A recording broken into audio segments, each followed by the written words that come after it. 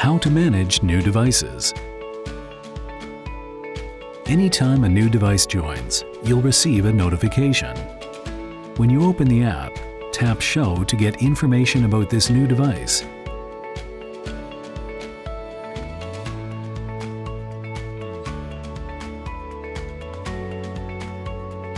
If you do recognize the new device, consider naming it. Tap it in the device list and replace the default device name with something that makes sense to you. Then select the device type from the drop-down list. Now when you go back to the device list, the new name and icon should appear where the default name once was. If you don't recognize it, or were not expecting any new device to join your network, you may want to block it from access to your Wi-Fi network. To do this, just swipe right and tap Block.